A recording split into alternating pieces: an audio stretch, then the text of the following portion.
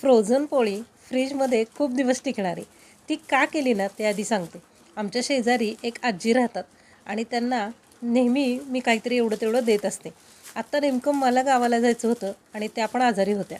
आता मला सुचेना की त्यांच्या पोटापाण्याची व्यवस्था काय करावी, म्हणून मग या फ्रोझन पोळ्या करून ठेवल्या आणि त्यांना सांगितलं हवं तेव्हा तेल किंवा तूप लावून गरम करा आणि खायला घ्या, म्हणजे त्यांचीही सोय झाली. तर या पोळ्या करायच्या कशा ना हे आता सांगते. नेहमीसारखी आपली चपाती करून घ्यायची आणि तव्यावरती भाजताना मात्र दोन्ही बाजूनी अर्धी कच्ची भाजायची. तव्यावरून खाली काढायची, गार करायच्या आणि पूर्ण गार झाल्यानंतर डब्यामध्ये भरून फ्रीजमध्ये ठेवून द्यायच्या. आणि जेव्हा खायच्यात ना त्यावेळेला तव्यावर एक एक पोळी भाजायची, तेल किंवा तूप लावायचं आणि लगेच खायला घ्यायची. त्या आजींची सोय झाली आणि मलाही समाधान मिळालं. म्हणून म्हटलं हा व्हिडिओ तुमच्यासोबत शेअर करावा.